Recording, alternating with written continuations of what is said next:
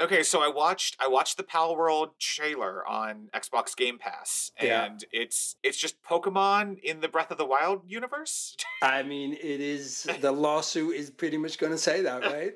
Right. It's just Pokemon. Who's suing them? So Nintendo planning on taking legal action against a Pokemon clone, but it's got some serious numbers in this last 2 weeks, right? Sure. It's like the most successful video game right now. And maybe I have 30 hours in on it. Oh my gosh. In the last few days, yeah, I put some serious time in it. I've leveled up. I know I have a dragon, so that just tells you how serious I am. And actually, I saw an interesting article.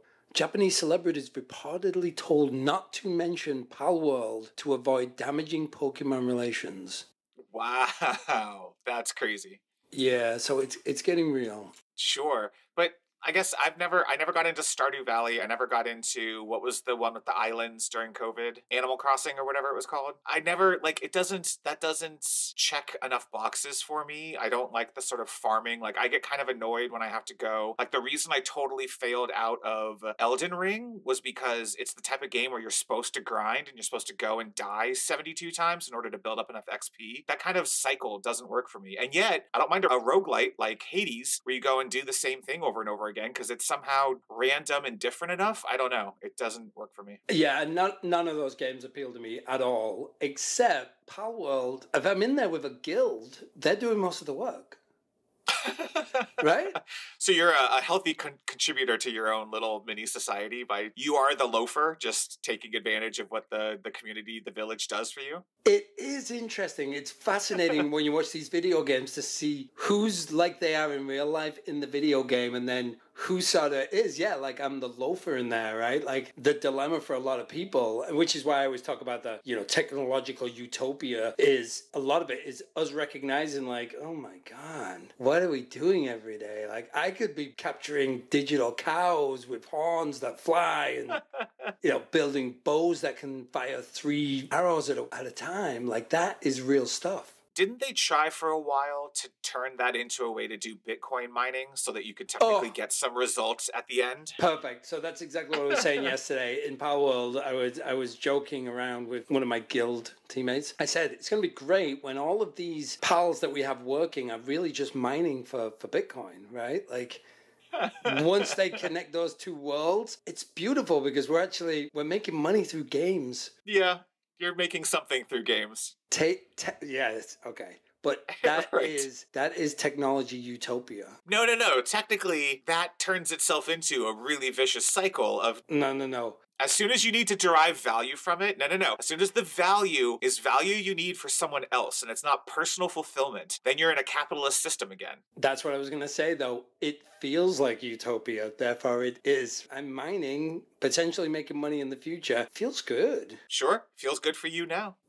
That's the thing. I think that's a constant, there's a reason we haven't, we tried banning alcohol and it didn't go well because alcohol does bad things to 5% of the population doesn't mean the solution is to ban it for all of us. Just because there are people who would use a virtual world and turn it into their own stress source by trying to figure out, well, if I could make $100,000 a month by having 7 computers running the farms and I'm spending 19 hours a day trying to keep my farms producing Bitcoin because now I'm living this lifestyle that needs me to continue making this much money. That's a type of personality who's going to be punished by a system like this. And I'm not necessarily saying we should ban the system for everybody just because it's going to turn out real bad for some people, but it is going to turn out real bad for some people. Those are the cycles that people get trapped into. And that's the reason why gambling addiction is really bad because all of a sudden and anyway, all I'm asking for is I'm not trying to shut you down. I'm just saying we need to be mindful of the people it hurts and figure out what to do about that. Yeah, but I don't think we all need to be mindful of that, right?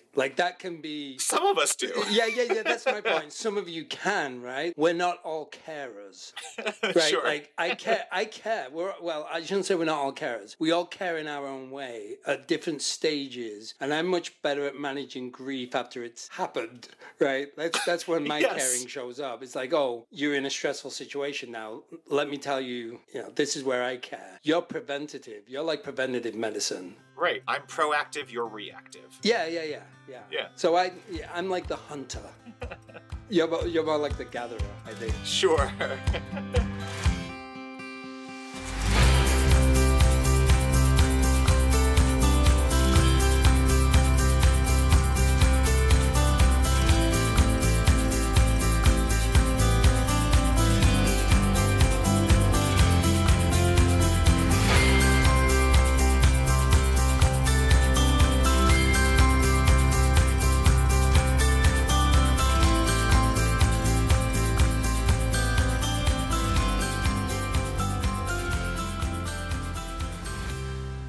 Welcome to Acceptance Criteria, where we talk about the good, the bad, and the ugly of how software gets made and how we can all do a better job together. My name is Kevin Thomas Euland, and across the chat from me is Andrew Greener. Say hi, Andrew. Hi, Andrew. We're also here to get deeper on the human elements. I could go on for an eternity about people and how they think about the process of building complex systems. I can't think of two better people than Kevin and I to get into it today. It does take a village, and I guess we're a village of two. On this week's show, we'll be diving back into the choppy waters of the Agile and Scrum debate and picking up where we left off a few episodes ago as more and more people seem to be coming to the realization that Agile is broken and there's no solution in sight. Yeah, it's interesting you brought it back to village because it kind of goes with the hunter-gatherer thing. I almost want to do selfish choice again where you have to start a village and you get, I'll give you 5 types of people. You get 5 types. Yeah, we should do, I want to do that episode because it's not tech related, but what kind of village would you build? I don't know how this relates to Agile, so I'll go with you for a second. It kind of does though, right? Like you start thinking about the village and how they work. And if you were somebody from the future and you went back in time to medieval period and you're building your village, are you bringing some of the Agile processes with you? We're not going to make an entire sawmill. We're just going to start by making the water turning wheel, and then we're going to make the flour grinder, and then we're going to make one wall. Yeah, almost. Yeah, I wonder if we do. I wonder if we bring those concepts back with us, and I wonder if anybody has any idea what we're talking about. No, probably not. I will say, like, I've seen that. I think one of the things that we'll talk about, some people who are worried about, like, Agile as a brand has been ruined. One of the things that diluted it was the fact that people saw ways that Agile could be helpful in non-engineering, non-software places, and started saying, oh, well, you can be Agile and use it for everything else. And that might have been true broadly as a concept, but I don't know that Scrum was the best way to go and try to implement the Agile concepts. And no one, as we'll talk about, actually started to understand the Agile concepts, and they just started to apply this one cookie cutter template to all parts of every industry. And I think that probably caused some problems. So I do, yeah, maybe if you go back in time and you try to build a village in this weird ass scenario you come up with, maybe if you understood the principles and the underlying thing that you're trying to accomplish, maybe it influences the way that you think about those things. But no, I'm not sure I'm going to go back and implement Scrum in my village implementation. Yeah, there's some interesting generic concepts in there. I often think about Agile. I'll always be spoiled by how I was introduced to Agile concepts, right? So big money contract, the Martin Fowler ThoughtWorks engagement back in '02, the purest version of Agile I've ever seen, from inception to execution. And then everybody else in between then has kind of coped and struggled. I see the same thing with data mesh today, is the socio piece of it is so hard to get right. And especially if you're not building something greenfield from the beginning, you have to find ways to incorporate people coming in that have come out of their own Agile experiences too. And everybody, people who care about Agile have an opinion on how things should be done. And maybe I'm pessimistic, but I sort of see complete failings. So Sure. Maybe you can talk me around a little bit and make me more of an optimist. We'll see. I tend to agree, I think. Anyway, we'll get into that. But before we get to all of that, let's take a short break and we'll be right back.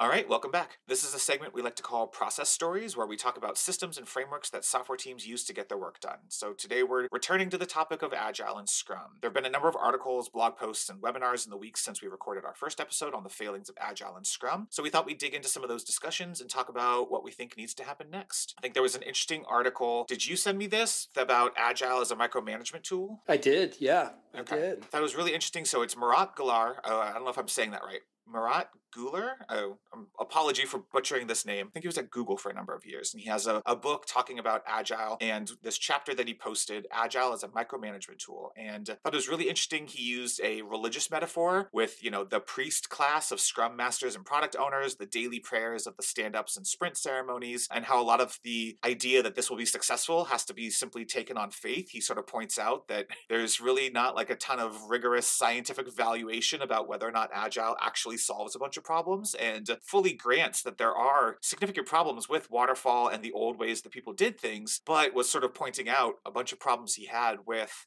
how Scrum and Agile as a concept didn't actually necessarily solve a bunch of problems. And as he talks through all of the principles and all of the ceremonies that you put in place, but did that actually make your automated test coverage improve? There's nothing in the frameworks that actually talk about the practical how you need to do these things. It is just a bunch of ceremonies trying to get you to embrace principles. But then he points out, did did the business actually try to stop having as much influence, or did the product owner just sort of turn into a person trying to exert business influence the same way it used to and not actually give the engineering teams their own, autonomy? He gets into story point estimation just becomes everyone sort of does estimated number of days. And I think the interesting thing is he talks about his problems with it, and a lot of the scenarios he points out get into really, really toxic environments, really bad places where the business leadership is trying to exert date-oriented pressure around this must be delivered by April 1st, and all of these like specific scenarios I've been fortunate enough never to run into. I've been in organizations that are agile and have problems, but the problems this guy describes are horrifying. And so I don't know, is this the 80-20 rule? Have I been fortunate enough to be in the 20% that are not great, but not this bad? Like what he's describing is really bad. Maybe that's a sensitivity though, because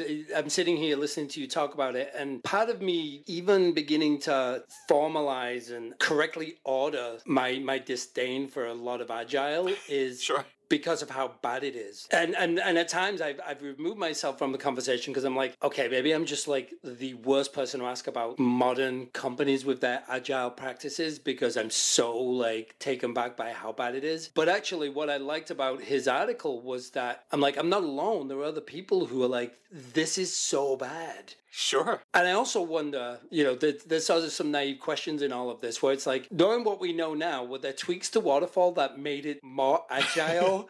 Instead of completely tearing it down, like, hey, maybe we don't plan, maybe we're not a release trend and we don't waterfall for the entire year, right? Were there some agile things we could have done to waterfall? But it's really bad. Sure. I think it is. Yeah, it's that bad. Well, and I think that's an interesting point of, he does a really good job, like you said, of organizing his complaints into things. And I think that's a helpful thing for us to go through, because as I was reading it, it did feel like a lot of his complaints weren't with Scrum or Agile. It was with how terrible Scrum and Agile is implemented by people. And so, like, if we go through the list, the tasks don't get completed in the 2-week sprint because the effort estimation was impossible for people to do, and natural things break down in engineering and it just doesn't fit the original idea. And because you're tied into the 2-week sprint, now you get stuck in these loops of, okay, well now, because these engineers don't seem to be able to hit and deliver everything in 2 weeks, now we're going to add new process to try and fix that fact. And now all of a sudden you find yourself in a 3-hour meeting reviewing a 50-page design doc. Yeah, of course that's bad. But was that because your product owner and your business requirements and your engineering leads aren't doing a good job writing stories at the right level, and you're not breaking things down appropriately to find the value in that 2-week sprint? Yeah, you've added a bunch of crap process, but would you have if you'd done Scrum and Agile correctly? Well, yeah, no, and that's a good point. Let's look at that first opportunity to put a pin. It's almost like a milestone in the anti-patterns, right? So let's say the team is really bad at design. They're not efficient. Too many meetings. They're doing that now every 2 weeks. So one of the patterns I've seen when I come into companies that force themselves into the 2. Normally they start with 2 and then they extend to 3 because of this. They want that extra week because they're so bad at planning and designing that they need the extra week. They're repeating that bad pattern every month. Every 2 to 3 weeks, they're going through that. And for those of us who are sensitive to how bad a process can be, that's actually demoralizing. You actually start to lose people. People are like, oh, I can't join another meeting. The last one was ridiculous. Then you get the people who are energized and like, hey, I'm going to grab a hold of this and I'm going to fix it. But that's the first point where I look at it and say, yeah, with Scrum, depending on how bad the team is at that planning for the next 2 weeks, that's a terrible opportunity to keep repeating the same mistakes in a very short cycle. Right. Well, and I think that gets to one of his points later on in the article is the agile principle of working software over comprehensive documentation. And I take this principle to mean 2 different things. And that's part of the problem with these principles is they're so brief, it's open to interpretation. But that both means comprehensive documentation is supposed to imply you don't need the 50-page design doc, and also means you want to get the software out there. And if the help docs don't get updated right away with the fact that the button now does a new thing, that's okay too. I disagree with both. And he sort of points out, you don't have to write 50-page design docs, but you should put in a little bit of effort up front and do a little bit of design. And yet he also contradicts himself, at least in my mind, because earlier on he complains that UX and QA need to create these detailed plans and can get in the way of your ability to, be agile and reactive. And yet isn't that leading to what you're saying? Like if teams are bad at doing that design phase because all they're doing is taking one of the ways people do Scrum and Agile is to write user stories on actual index cards or on small little digital index cards. And that's all they give to the engineers, the user story and maybe some acceptance criteria. And then you're supposed to go and figure it out and implement it in 2 weeks. And usually sprint planning and backlog grooming is a couple of days before the sprint starts. So you have how many hours to figure out how you're going to implement this thing? It's one of those things, neither Agile nor Scrum tell you that you can't spend time up front doing design, but as it gets implemented by, and we'll talk about a little later, the person who went on a 2-day course to become a Scrum Master and is now trying to revolutionize how a company does their work, yeah, maybe Scrum needs to give you a little bit of room. Maybe on March 15th, you should all talk about the thing that you're not going to work on until April 1st. And on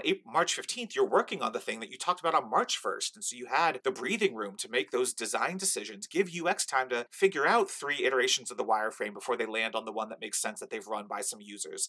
It's one of those things where the principles actually don't tell you not to do that. They're telling you, don't let that get in the way. Don't turn it into a 50-page, 3-month exercise, because now you aren't actually going to test it and try to verify that it's doing what you want it to do. Reduce those time periods and be agile. But also, because that's not explicitly built into the framework, people think, oh, the only thing I'm allowed is my user story during sprint planning. And I think that's causing problems. Yeah, it's already messy, but let's revisit there's Agile and then there's the sort of frequent delivery, right? The deliver working software frequently. Right. So I can't even tell you how many times I've worked in a place that still sort of has the release train mentality, which is we do, 3 to 4 major releases per year. Normally in an Agile shop, even though they're separate subjects in a way, I'd expect them to have some minor releases in between there. Right. But if you're not delivering software frequently, right, I get it. We can still flip. We still have the agility and we still have that flexibility to flip based on the business strategy shifting. But if you don't have frequent delivery, then I'm struggling to see the benefit now. Right. And I think that was it you who had the article from Google that talked about like even Google is basically quarterly. They are every couple of weeks doing quick, small patches and maybe tiny tweaks to functionality, but they are still mostly monthly and quarterly on the larger improvements. Yeah, I think it's when Google release Angular, I believe they have every 6 months there's a major release, handfuls, minor releases for each major release, and then patch release and pre-release weekly. But also talked about how they run their automated testing to verify that the new framework changes didn't break anything, right? So all on right. Very sophisticated. And we all want to be there. But I struggle in a lot of the bigger companies I've worked at.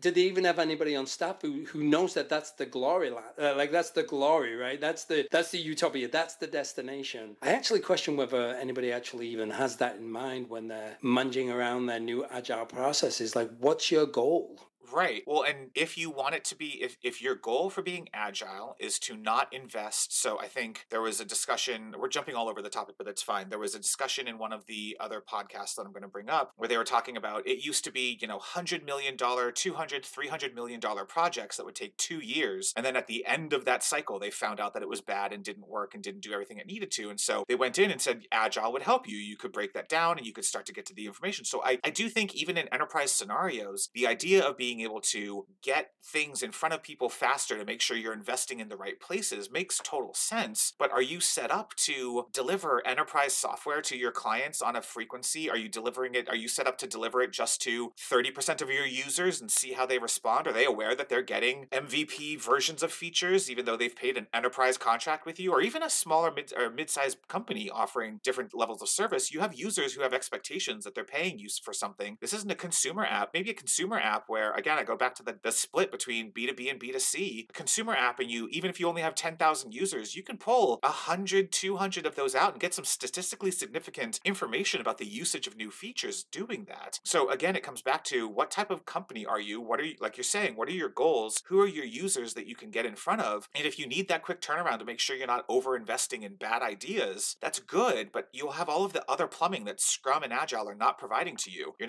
Scrum and Agile don't talk about CI/CD, continuous integration, continuous delivery. They don't talk about test automation, all of the other things that you need to also make sure you're putting in place. You hired a Scrum Master. Great. Did you hire a release manager? Did you hire a QA automation manager? Do you have people doing this? And I'm not saying manager needs to be the job title and the seniority. I'm saying a person responsible for doing that. Anyway, I think there's a bunch of weird examples in this guy's, Agile as a micromanagement tool, which I just haven't dealt with, but it comes back to these concepts of the organization hasn't actually changed. So you still have people coming in in and expecting a level of control and consistency that Agile isn't arguing against necessarily. But so one of the examples he had was the concept of a feature flag. A feature flag makes sense. You're saying, okay, I'm turning this on because it's beta and I only want certain users to see it. But what it apparently turns into in some of these organizations is there's 150 feature flags because every time new functionality rolls out, they're worried that it'll break and they want to be able to quickly flip it back off and not have anyone be affected by it. But now that means I have like the old version of the feature and the new version of the feature living side by side, controlled by a feature flag. I now have feature A depends on feature B, but feature B's feature flag is turned off. So now new version of feature A doesn't work. Like it gets really weird and complex and messy. Yeah, and that's part of the, when you say messy, that's part of my challenge is that I think people,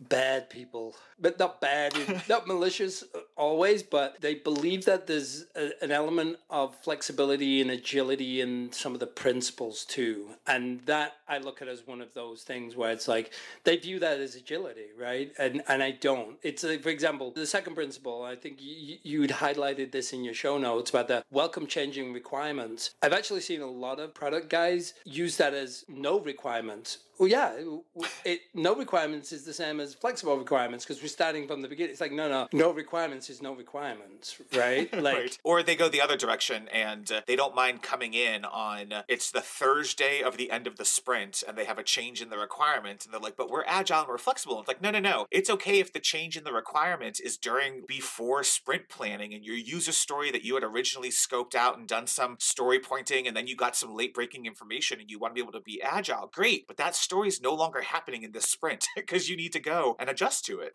And I see that one. I think back to some conversations I've had over 25 years, and one that always has interested me has been the and then we're going to call the API. And that one to me is interesting because that's a product guy telling me how technically I'm going to do this, right? And then I start thinking about, well, what are the requirements? The requirements will drive some of that conversation about, am I calling an API? Am I getting a data feed because this is a terabyte of data? Am I getting it over SFTP, right? Right. You're coming and telling me the requirements on the technical side. I need you to tell me the requirements. We can go do the design and understand. We can ask you questions about why do you want to call the API for this data? That's one of those ones where I think the changing requirements is not agreeing that calling the API is a bad idea. That's just, you just brought bad requirements. That's not flexibility, right? Well, and I think that was my critique of this guy's, chapter 4, Agile as a micromanagement tool, is a lot of his complaints. So one of his complaints is like, bad product owners will dominate the conversation and they'll make bad decisions. And actually, we don't need that much input from the business. And so therefore, engineering should only talk to their product manager every 2 to 3 weeks. And I'm like, wait, no.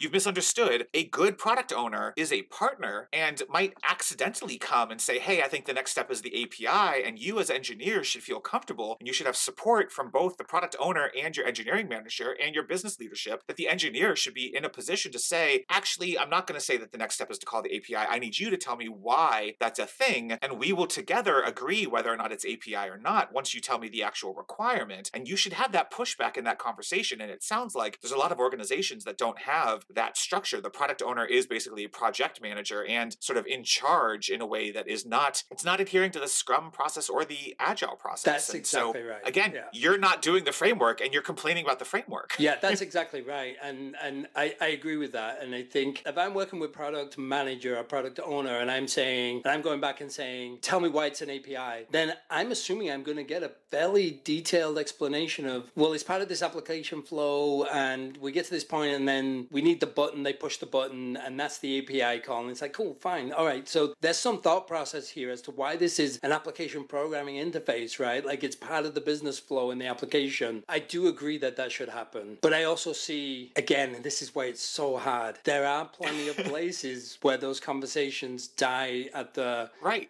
don't tell me it's an API, right? Now you've got human nature at play. Now it's like, I almost don't want to use an API just because you brought an API to me in the first place. There are places that are ego-driven and it starts to fall apart really early. In my mind, waterfall was never the problem. We were, right? We were, and we're doing the same thing with Agile. Exactly right. No, that's the thing is I think that's an interesting, that's why I don't know how problematic people will provide the feedback on the concept of the Agile Reformation, but I do think that it's an interesting, if you go, I'm not going to take a side, Catholic versus Protestant, but the idea of the protest was we're reading the same texts and I don't like how you're implementing it. I don't like the structures and the rigidity that you have put in place, and yet also sometimes the unreasonable flexibility that you've introduced. And the Protestants were saying, let's go back to the text and actually do what the text is telling us to do. And I think there's an interesting thing here of like, that's why I like the metaphor for Agile, which is there's a bunch of cases where what you're doing, these horrible scenarios in these massive enterprises, is not the text. You have deviated beyond that. And actually you can point to the text as the source of the problem because it's too generic and it's not specific enough and it wasn't helping you find the correct implementation for you. So I don't mind critiquing the text, but you're not, like, you've deviated past what was originally proposed and you haven't incorporated the underlying philosophy and decided to do it yourself. Scrum says the team should decide whether it's a 2-week sprint. The team should decide. The Scrum book does not talk about user stories. It talks about backlog items. And everyone then decided user stories was a way to do that. But user stories predate Scrum and Agile and were simply incorporated by people as a way to try to provide structure to this thing. And so let's tear down the crappy version of the structure we have right now. It leads to weird things. Is a user story measured in time, or is it still measured in complexity, or is it measured in both? That's the problem, is no one defined that. And I will disagree. So this guy, Murat's chapter here, one of the things he talks about is, he says estimation is unnecessary. And his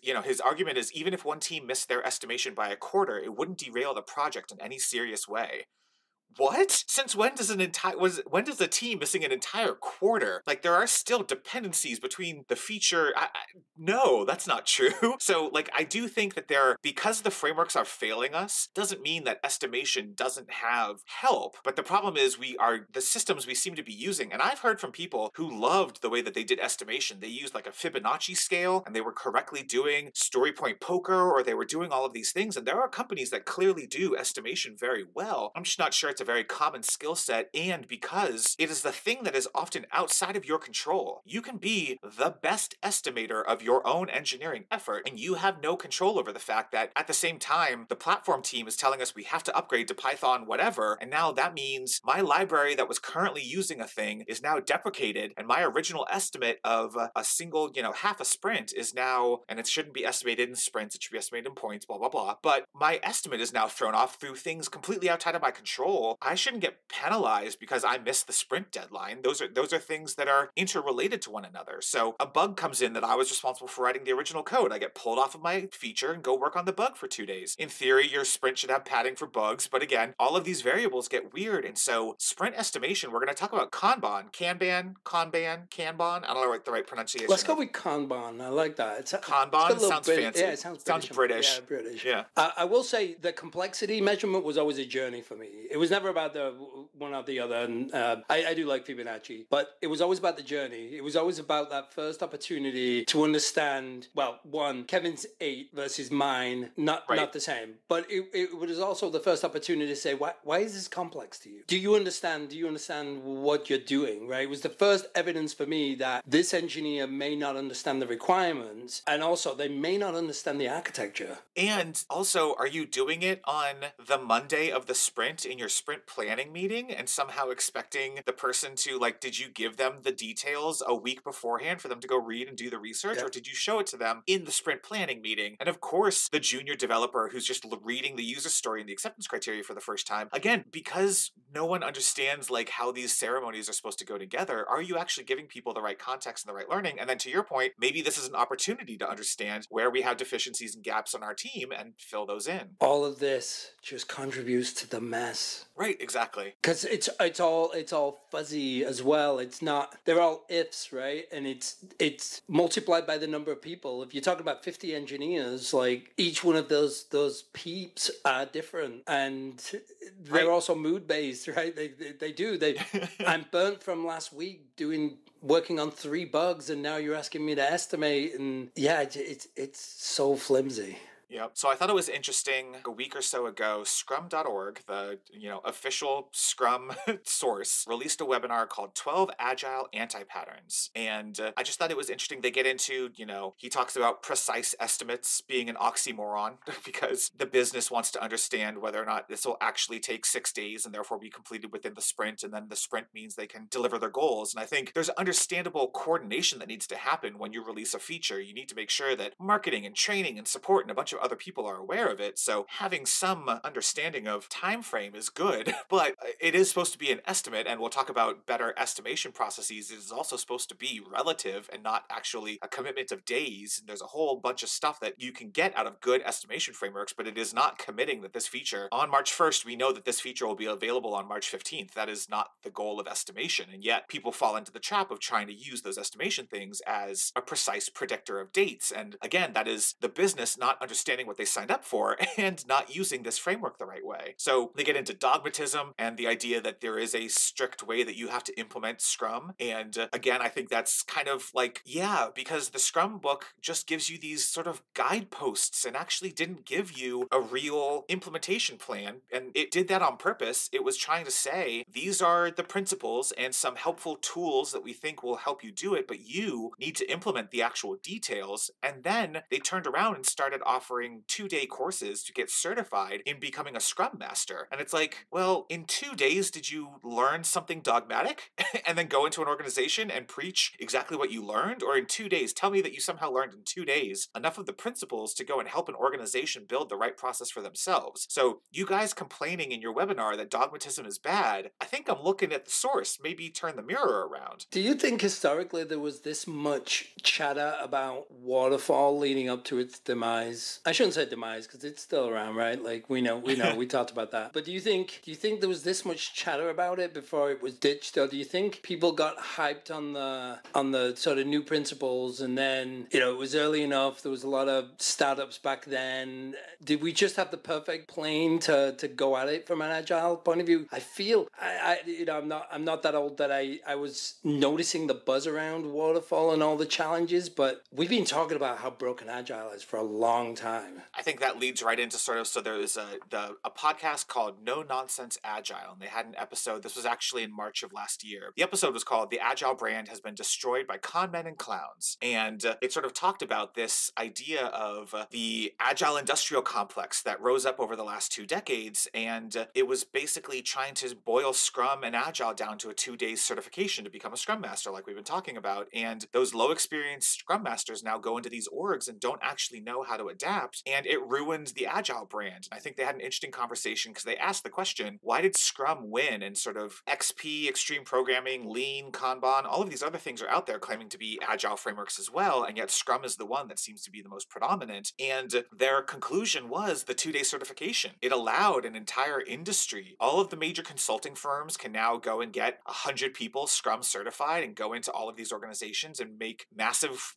consulting money trying to do this. There was a really interesting quote, which was someone told him, if I hire a massive consulting firm to make us agile and that fails, then I don't get the blame for that. The consulting firm does. If I hire you as this one really smart guy who actually wants to make us actually agile, and that doesn't work because of all of the other reasons why it's not working, then I get fired and you get fired. So there's a built-in incentive structure now within basically this industrial complex of Scrum to not actually do it. It's a bunch of executives trying to get the benefit and claim that they're doing a new thing so that, I don't know, their stock price gets the benefit of claiming something. I don't know, but yeah, these massive processes. That's an evolution too, right? Because I remember back in the beginning, we used that as a recruiting tool.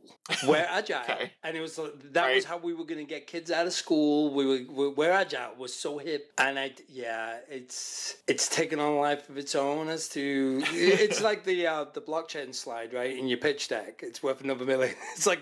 It's worth another 10 million in VC, right? But right. Yeah, I think there's still people who get they made it's like the quote. I shouldn't call them con men though. I think that's harsh. I don't know if they're con men because I think some people don't know. It goes back to what I was saying in a previous podcast. I don't think they know they haven't actually ever looked at the principles and not just the words, but analyzed the meaning of them enough to know how that translates into actions within the business. So some of them are not con men, they're naive, right? Ignorant. I would agree that the person who is looking, so this also goes to our AI conversations at different points. If you're the person who was the coal miner and you had the opportunity to go get a new job in a new sector, and there was a job title out there that was take a 2-day certification course, and you're now certified to come join, this massive organization who's going to drop you in as a consultant in some other massive organization, that's a pretty good deal for you. So my issue is not with the person who's taking the 2-day course. Well, it's a little bit with that person just in general if you had a level of curiosity to understand the context of what you're going into. And I think that's, I'm not going to malign all Scrum Masters at all. There's some really smart people out there doing really good work, but it's the con men are the ones at the top. The con men are the ones in all of the Fortune 500 consulting firms who are spinning this up and not actually bothering to do anything. And the con men are probably a little bit the leaders at those Fortune 500 companies who are saying, oh, I need to say that we're agile, so I'm going to go pay Accenture to bring in a consultant. And for 6 months, and it's probably not even 6 months, it's probably shorter than that engagement to get my teams all working in Scrum and we can claim we're agile now. And then do the results get any better? That's next quarter's problem. And that is not how they care about financials at all. So the state of agile in 2024, I think it's probably concerning the 2 webinars from scrum.org. The one we already talked about, the 12 agile anti-patterns. Like, guys, it's 2024. You've been around for 23 years and you still have to have a webinar telling people about the anti-patterns. Maybe there's something fundamental going on that we need to address. The other one that I thought was really interesting was this guy named Louis-Philippe Carignan. I'm assuming I'm pronouncing that French correctly. Hosted the scrum.org webinar a couple of weeks ago and basically spent 30 minutes explaining how great Kanban is and why he thinks a hybrid of Scrum Kanban is the future, and was making predictions like in 20 years, what I'm talking about today is the way everyone's going to work. And I think that's really interesting. The scrum.org team trying to promote Kanban tells me something's fundamentally wrong with Scrum. And so I guess for people who don't know the difference, Scrum as a just high level concept is putting together specific ceremonies in which you are maintaining a backlog and identifying the concept of a sprint, which is a time boxed period at which you're going to deliver pieces of that backlog. So you have 30 ideas that you want to work on. You work with your team during a ceremony called sprint planning, and you go through and you identify, okay, we think we can work on the next 4 of them because all of our team members together think that that's going to take less than the next sprint. And that's where that effort estimation comes in. And you then spend the sprint trying to hit that goal. The goal of that is you've grouped those 4 features together because the goal of the sprint is we want to, whatever those items in the backlog, typically user stories, those user stories should have hopefully ways that you can measure improvement. So you're saying the goal of this sprint is we're going to increase conversions on the page. And we think we're going to do that with these 4 little stories, improving a backend process, a UI feature, and whatever. And at the end of that sprint, you then do 2 things. You do a sprint review where you demo what you've implemented and show to people the value that you're hopefully providing to them. And then you have a retro where you talk about how the last 2 weeks went and any feedback that you have on the process or the development or the way the feature went or any issues that you have. And so it's a process to help you deliver that value iteratively in those small sprints. So Kevin, what then is a fundamental difference between the 2? Right. So Kanban is very different. It doesn't have, so in Scrum, you have like a Scrum Master who's managing those ceremonies. You have a product owner who is owning the backlog and helping you work through that. Kanban is much looser. Kanban doesn't prescribe any of that. You usually end up with a product manager or a product owner helping define things. There is no Scrum Master. The team just manages its backlog itself. And Kanban has 2 sort of primary things. There are the Kanban board, which has 5 properties. So you define points at which work has started and finished. So those are the columns on the Kanban board. Even Scrum teams usually have columns like this. The defined points at work at which it starts and finished. So like it's in discovery, it's not ready to work on, it's in development, it's in QA, it's released. Like you have those stages that it goes through. It has the definition of the work item. So is it a story? Is it a bug? Is it a research task? What are you doing in the item? It has a definition of the workflow states. So how do you know it transitions between those things? It has explicit policies about how that work flows. So what are the gates and what are the reasons why it's allowed to move on from discovery to planning to development to QA to whatever it is. And it has policies for limiting the work in progress. So at any given time, you tell your team we're not allowed to have more than 5, 3, whatever the number is, items in each stage. So you can't have more things in QA than whatever number you pick. You can't have more things in dev. And so it helps you limit what's currently active so that you can keep the capacity of your team manageable. The other part of that are the flow metrics that you get out of it. So there's 4 different flow metrics. You have cycle time, which is how long it takes those tickets to go from start to finish. And that means, when the ticket is done and released and out the door. Different teams manage that differently, by the way. So sometimes your cycle time for your flow metric might be when development was done, and you don't count the fact that it might take a while to QA or actually release it out the door. Other teams include release and stuff like that, so it's up to the teams. Again, these frameworks are supposed to be flexible so teams can go and do that, and there isn't dogmatism. And yet, surprisingly, I found Scrum is much more dogmatic than Kanban. Kanban teams seem to figure it out for themselves pretty well. Another flow metric is age. So that is how old the ticket is. It's still open and still being worked on. So basically take today and minus when did it start. That'll tell you how old it is, which is a really helpful metric that you can look at during like your daily stand-up. You can go and say, hey, this ticket is now 17 days old. That's pretty unusual for us. Is there a blocker? Is there something going on? You can start to do those Scrum style questions that you're supposed to ask, but with a more interesting date than just the engineer's feeling of are they going to panic and not hit the end of the sprint. Throughput is the number of items completed per unit of time, usually per day or per week. That throughput number is basically how efficient is your team and is really helpful for estimation, which we'll get to in a second. And then work in progress is the number of items open per column. And so that is, again, you should have limits on that, and you should be able to see if we say we can do up to 5 items in dev and there's only 2, then we know we can prioritize more things and continue to iterate on the backlog and the board. So one of the interesting things that comes out of all of this is, unlike Scrum, where you're setting a specific time period, this is a 2-week sprint, a 3-week sprint, whatever it is, those sprints don't exist in Kanban. You let engineers pick up the next task at the top of the next column and say, I'm going to move it from in discovery to in development and start working on it because it's ready to go. And they then work on it for however long it takes. And at the end of that process, they hopefully have CI/CD processes that compile the code, test the code, and deploy the code. And it gets a little bit weird sometimes because it does mean you sometimes roll out a new feature on a Tuesday. And on the product side of the world, it means you got to do a lot more coordination with all of your teams sort of randomly. But sometimes,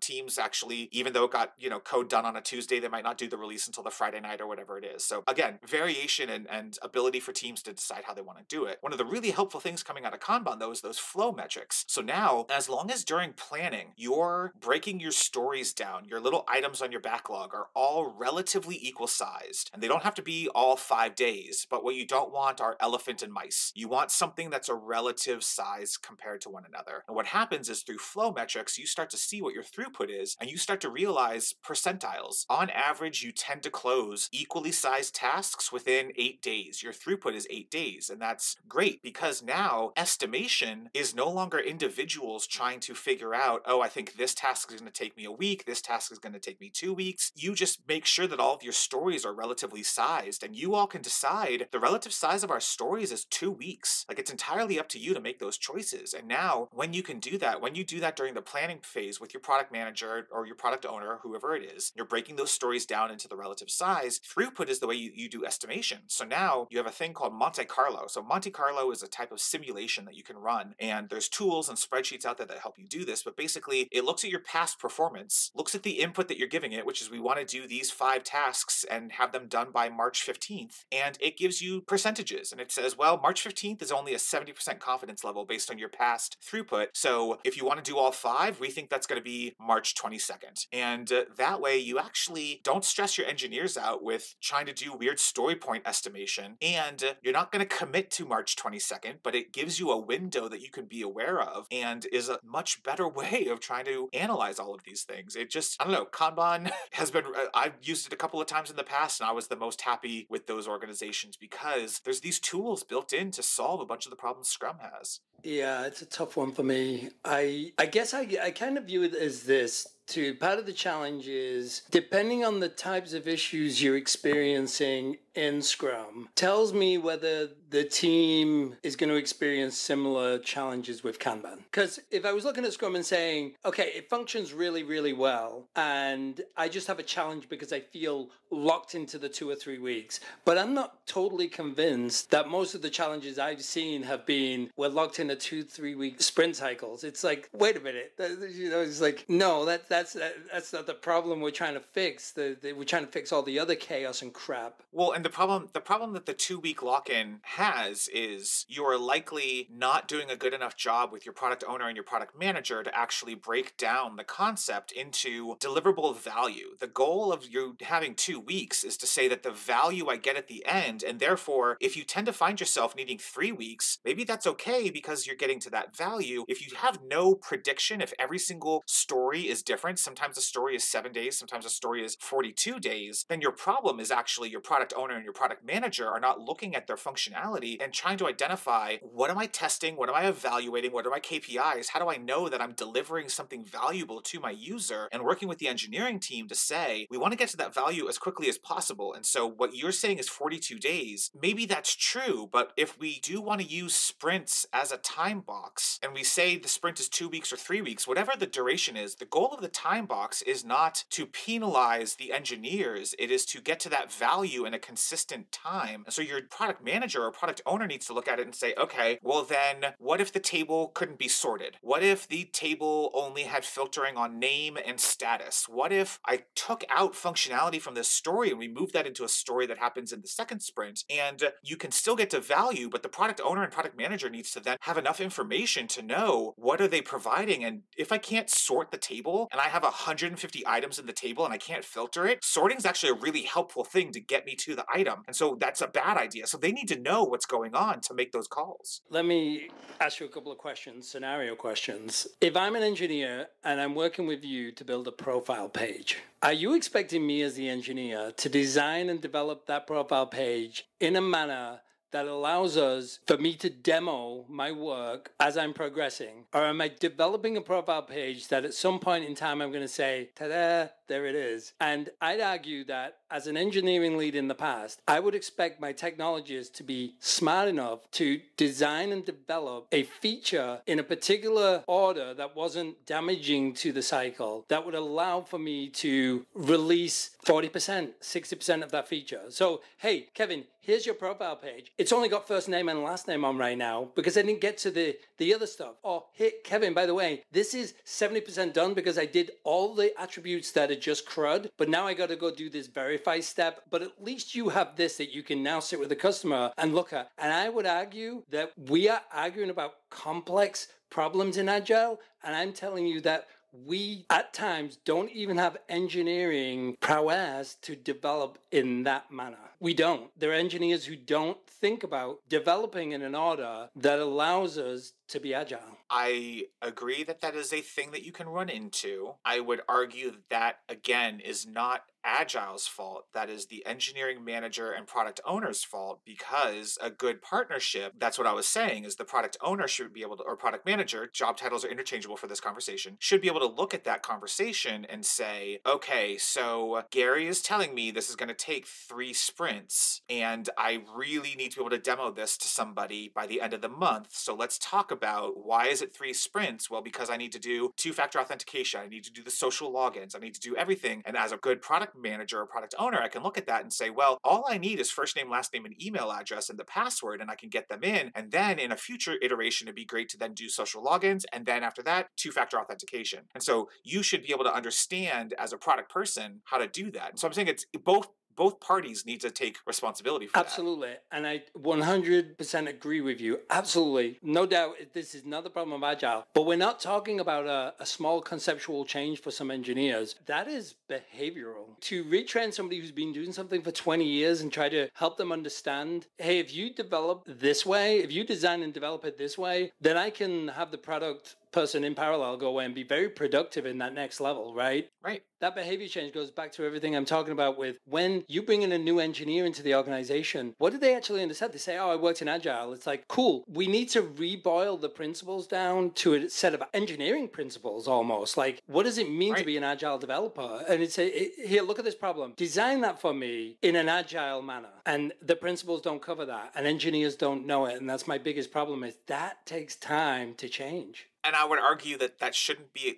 the whole point. Well, I don't know if it's the whole point. A benefit of Agile frameworks, whether it's Scrum or Kanban, and even Kanban doesn't explicitly call for this, but I don't know. What the world that that people think we are in, which we aren't, but those tenets of partnership between a product owner or product manager and the engineering team, I'm not sure I would say that that training or that evaluation is a solo act. I would say that the entire team should be going going through those exercises, and you should be identifying that the product owner also doesn't know enough about the space that they're in to identify the value in chunks. And so it needs to be, I wouldn't expect the engineer to do that alone. I would expect that to be a partnership with the product owner or product manager. And so it is sort of this like, and I think this goes back to that No Nonsense Agile podcast where they were complaining about the Agile brand has been ruined by, the industrial complex of Scrum, which is even back in 2008, apparently the original manifesto authors were like, well, crap, every implementation we've seen so far sucks. No one's done our ideas the right way. And it's because you now have the 2-day certification. You now have the person coming in. Of course, your organization isn't ready to support your engineers and your product owners at getting better at their job. You have a 2-day certified person. And maybe there are organizations where you're more than 2 days certified. But I think the point we're both landing at is this is a thing that is not just, it cannot be just assumed that people have these skills. You as an organization, if you're going to support Agile, it does not mean just hire a Scrum Master or an Agile coach and have them be there for 3 months. That is a skill set that everyone in that process, the product owner, the product managers, the engineers, the engineering managers, the engineering leads, everyone on that team needs to build up those skills collaboratively. That's not a product problem. That's not an engineering problem. That's an everyone on your Agile team problem. Absolutely. Totally agree. And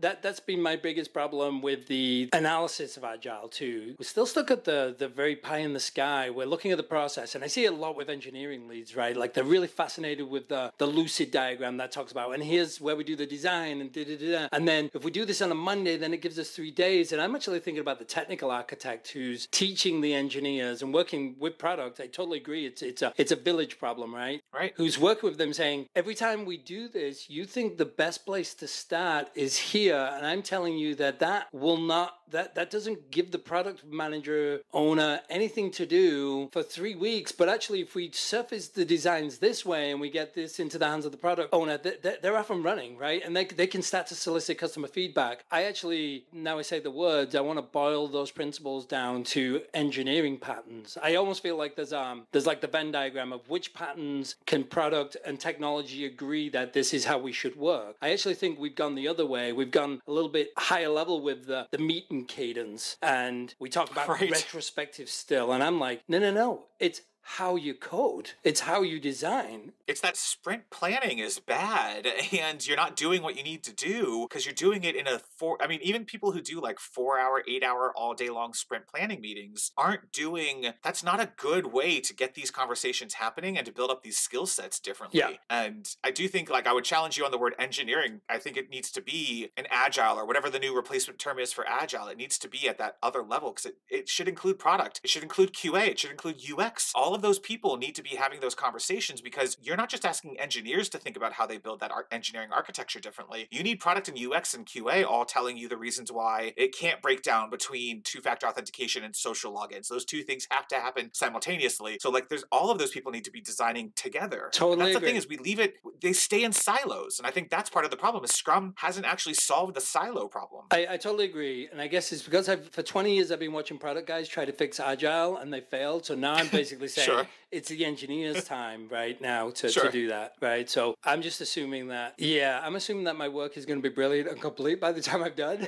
but I would never undertake that kind of challenge without working with somebody like you on the product side and saying, hey, it is collaborative, right? Does this work? Am I too agile here? Am I giving product something they don't even need, right? So it does take a village, but I think you and I have talked about this in the past. There's definitely a next level to those principles. I think almost like a pattern library even. Yeah, well, and I think that's where it comes back to, it needs to be, I don't know what the right metaphor is, if it's a cookbook or what, but you need different flavors for what you're trying to accomplish and who you are. And so, I think it was interesting on the No Nonsense Agile podcast where they were talking about trying to formulate what's next. And they were trying to address sort of their core concerns. And they were saying, did Agile try to become too big and built one thing for everyone and a product that does everything for everyone does nothing? And so they were starting to say, if we're going to do a version 2 of Agile, whatever it ends up being called, it needs specific goals and specific audiences. And those two things might be different and mean that there's actually 4 variations of how this works. And can't just be a single company or a single person trying to evangelize it. You have to somehow find a way to build community. It has to be a community effort and people coming together and all agreeing to it, which is tricky. And even if you had a community behind it, you still need evangelists who can go out and and represent it accurately. And evangelist is probably a slightly good word, even though I don't love it in general, of maybe part of the failings is you all let Scrum get away from you. You all let Scrum get co-opted by these massive consulting organizations and the industrialized complex that built up around it. And you didn't have an evangelist saying, that's not the text. That's not actually what we're talking about here. There's a reason that we said these things specifically so that you would actually see the benefit of it. And then I do think, as they were talking about, the 2-day certification is a significant part of this. And one of the guys on the podcast was German, and he was saying, Germany has a master apprentice scenario where you go and actually get real world experience. Yes, there's classroom training, but there's also like several years of being an apprentice for a master. And, he then went and said, that's why German craftsmanship is such high output. And I was like, okay, I think that's actually true probably, but I don't know that we need to go full German nationalist there. And I think it's just fascinating that, Scrum and Agile always got asked, how do I do it? And they didn't think it was on their plate to decide. Scrum was like, figured out how it works best for your team. No, actually, no. Turns out you needed to have a couple of recommendations and different patterns that people could follow. And so I do think you're right. That is the next step, is whatever Agile 2.0 is called, it needs to identify all of those things. Who's the audience? What type of company and business, what type of product, what are your goals for that product? And the matrix of that needs to have however many different flavors and suggested implementations. Again, I don't think there's anything wrong with saying you still get to adapt this for how your teams are actually going to work. And that's why I think there's a thing called like Scrum Bond, which is half Scrum, half Kanban, because people are trying to find the thing that works the best for their teams. That's great. That is exactly what you should be doing. The solution needs to be a Mr. Potato Head, where you just pick and choose the eyes and the mouth and the nose, and you stick into the base and figure out what works best for you. Yeah. I was always interested that the principles were never, there was no lineage to the principles, I guess. That always bothered me. And I don't feel like it's like a 12-step lineage where it's like, hey, you do number 1 and then you have to do number 2. That would be the most basic, right? But I always look at number 7. Number 7's always fascinated me because of what we just talked about, that ability to design and develop in a way that leads to working software. And number 7 was always that to me, was working software as the primary measure of progress. And that's the gap that I've seen on the engineering side and product. I've allowed it to happen, right? As being, what is the definition of working software? It's like, well, it works locally on my machine. Trust me, that's good. It's like, no. No, working software was staying with the profile page. Yeah. That profile page for me is, I should be able to show you the progress every day. And we're not, For what do you get out of as a manager that you don't get out of the daily stand-up feedback? It's not that I can do it. It's all the things that have happened, and it's all of the mindset of the people that are building it that's important. It's not the fact that I can show you a page that's 20% done. It's the sophistication in the journey that's important. And I think that's what we miss, is like we look at these end results of saying, like I've seen it in the big companies, months and months and months of building something, right, with absolutely no working version of it. And I think to myself, well, I could have been playing around and the QA guy could have been unlocked building the first 20% of the test cases. No. That part I fully agree with. I think I'm getting hung up on your profile page example, but I would agree with the concept in general, which is even if you don't think you're releasing until June, in March, you should be able to have worked with your product manager to identify what is the base level of value we're getting out of the thing. And that's why the time box in a sprint plan is an interesting concept. I get why, and it's the same thing with Kanban, where you're not doing a sprint box, but you're trying to estimate your stories to what is the smallest point that we can get to that still delivers value. If we do think it's going to take us 3 months to do all of the different pieces, but I can get the first data hygiene level, and all we're doing is making sure that the Excel spreadsheet has valid numbers in the number column and dates in the date column, and then we deliver that so we can start to QA that code works correctly, even though now I need to go in and actually start to understand what was the date value in that column, and now I need to understand how. So iterating on those kinds of things, absolutely. That's a great I think example. you need to work with the product and engineering, and that's why I'm saying it's a conversation that QA should be involved in, UX should be involved in, product should be involved in, and your engineering team should all be figuring out how do you break those things down so that you can, even if you're not delivering the value to the user. And even then, I would argue those are the kinds of things where your product people should hopefully be figuring out, well, okay, but if you could do the date parsing, I know that's a major thing with one of the problems that we have right now with clients. If I could even demo to them and get their feedback on the type of error messages that we're giving to them about their their dates? Can I at least get that into a QA system that I can go and show to users and get feedback? Your product person should also be thinking about those kinds of breakdowns as well. Exactly. And there's the complexity. Let's go with the business rules interface, right? In the user interface, I have some business logic rules engine. And then obviously in the back end, I probably got some business rules there too. I'm looking at that as a feature and saying, what gives me, developed in what order, if it makes sense, right? If there's technical reasons not to do it, then fine. But what gives me the biggest bang for my buck for product, for testers, for engineering, for sales, for everybody? Right. Until that is actually behavioral, Kanban won't fix anything. No, fully agreed. I think you have better... I look at these frameworks as ways of setting examples. And so if the framework is trying to reinforce to you the elephant versus mouse metaphor, and as you're writing up your stories, you're realizing you've written 3 elephants and 17 mice, then you need to figure out what's going on with these stories and start to break them down. And so the framework trying to help you, I would argue, and the problem is, I would argue sprints are supposed to do that, and they clearly aren't. And so the framework can only go so far because you have people who are getting 2-day certifications and don't understand what they're trying to really do here. And so I want to be mindful this can come off as some kind of gatekeeping of Scrum mastery, which is not the intent at all. I have worked with plenty of great Scrum masters, but it does seem that there's a bit of an epidemic in the industry based on the things I've read and listened to. I do think those 4 guys on the podcast probably were being possibly a little too reactive, and I want to be mindful of any weird class, race, who knows what else could be going into those discussions. That is not my intent at all, but I do think that there is something to the epidemic of how those consulting firms don't necessarily help companies embrace Scrum and find the real solution that is unique and individual for each of these companies. So anyways, I just wanted to pop in here and say, I know it can possibly come off that way, and that is not at all the intent for either of us in this conversation. All right, back to the episode.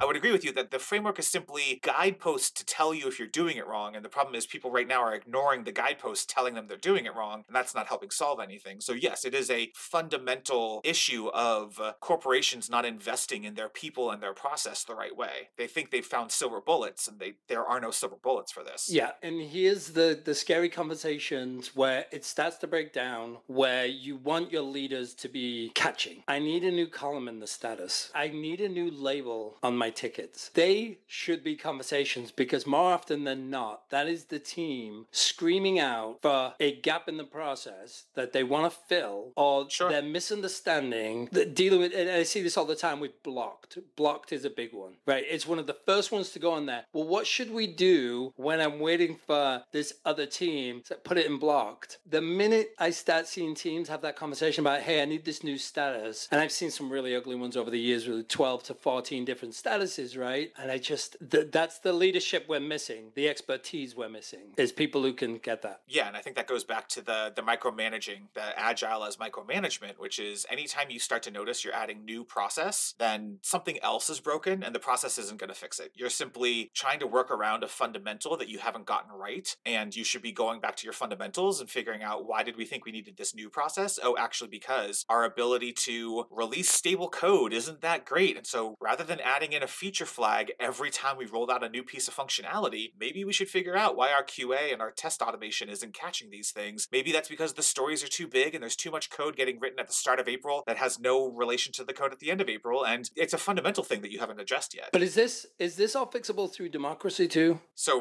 we're firing our CEOs, and basically VP level and up is fired, and we all as a team just vote together how we want to do things? No. Just over the years, the big companies, right? I see the engineers are going to make this change to the process, or they're gonna change their team design, or they're going to do this to fix some of the problems with the process, right? And then product will come back and say, no, we can't facilitate that process, or we don't want to facilitate that process. So that changes things, the visibility. So who's in charge of that? Because the successes that I've seen have been consultants who literally, I cannot remember the guy's name, I wish I did, he's out there somewhere, who said, this is not a democracy.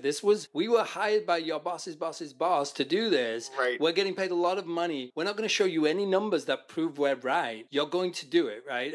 And we're going to bring in the process. And when we leave, you can adapt it however you want. But we're teaching you Agile this way. So is it a democracy, or is it an investment from the company to say, these are my Agile gurus, and they're going to build the roadmap and they're going to implement the new Agile? Or is it, because I feel like this is where the self-forming teams thing gets misunderstood, and they believe that self-forming teams mean they're going to impact Agile for everyone, including other departments Agile. Yeah, I mean, other departments Agile is a whole other topic. I don't know. We're at an hour and 50 minutes of recording so far. Maybe that's another episode. But I do think that it's a weird balancing act of the reason that they have that in there is so that teams can feel flexible to build what works for them. And yet part of the reason why you end up getting in these weird situations where the solution is we're going to build in 3 extra statuses and add feature flags to everything is because you couldn't actually get alignment on your own team. And so your own team actually isn't happy with everything. And so the person coming in and saying, well, this is the way you're going to do Scrum or Agile or whatever it is, goes against the sort of fundamental ethos that engineers have taken into their own minds of, well, Agile means we get to be flexible how I want to work. And it's like, well, no, it doesn't mean everyone gets to be a snowflake. It means your entire team together has to form a snowflake, but you yourself might have to compromise on a thing that you're doing and do it the way you don't like to do it because you got outvoted by the way your team wanted to do. We're not going to add in this thing because we have to be special for how Gary likes to do work. We have to be how this team wants to do work. And so it's a weird balancing act of that would lead you to a natural conclusion of, then we've all agreed on this process. And when Gary doesn't do the process, we don't give him any room to not do that process. We tell Gary, you've got to do it this way, which feels very structured and project managey and anti-agile. And so it's this weird, the principles are so loosey-goosey and pie in the sky, hippy-dippy, we get to be creative, whatever we want to do. And yet that leads to this feeling of every engineer gets to be their own person and do their own thing. And it's like, no, that's not actually true. And I don't know how you reconcile that in some Agile 2.0 world where even if we came up with the 5 flavors of Agile, does every team still get to feel like they get to implement it their own way? And therefore that's that freedom, that democracy actually leads to the reason why you created 17 new statuses is because you were constantly trying to figure out how to adapt it for your own team. And you didn't want to put the burden on, well, no, you don't get to do it that way. On Tuesdays, this is the status it gets set to because we go to releases on Wednesdays. No one wants that structure. It's this weird balancing act of process to make good software, but not too much process so you don't piss people off. I don't know how to balance that part. Yeah, but it must be right though, because it does say the best architectures, requirements, and designs emerge from self-organizing teams. So who can argue with that? Maybe. It's, again, I go back to, it's a little bit like communism. The idea sounds really good, but we've never actually once done it correctly as human beings. Human beings always get in the way of any of these frameworks actually succeeding. I think that's the other hidden part of this that we haven't really talked about. All right, well, that's going to do it for us on this episode of Acceptance Criteria. If you liked what you heard, maybe go and drop 5 stars on Apple Podcasts or Spotify and leave us a nice review. And if you didn't like what you heard, remember the name of the podcast is Pod Save America. Also, tell your friends if you like the show and that they should check it out. Some of the best podcasts out there grow by word of mouth, and we'd much appreciate it. And a friendly reminder that we are always interested in hearing questions directly from you, our listeners, for our segment User Stories. If you've got a scenario you'd like help with, whether it's working with an engineering or product team member, trying to figure out how to solve an agile process problem, or you just can't understand why your favorite app updated everything and it's now terrible, we're here to talk it through with you. You can send those questions to acceptancepod@gmail.com or submit them on the Discord and the User Stories channel, and we might be able to help on a future episode. And we're happy to keep it anonymous so no one can trace it back to you if you end up talking a coworker or something. To read articles we've written on similar topics to the one we talk about here, head over to the blog at acceptancepod.com. You can also follow us on most apps. We're at acceptancepod. We'll post links to show notes and any articles from the blog there. We're also building a community on Reddit at r/acceptancecriteria and on Discord. You can find links to both in the show notes and on the blog. And I promise we'll be moderating the crap out of them to keep them a nice little slice of the internet. For now, I'm Kevin Thomas Euland, and you can find me on most apps at kthomaseuland. That's ULLAND. And I'm Andrew Greener, and you can find me on most apps at Criteria Greener. That's GREINER. And this has been Acceptance Criteria. Thank you for listening, and we look forward to hearing from you soon.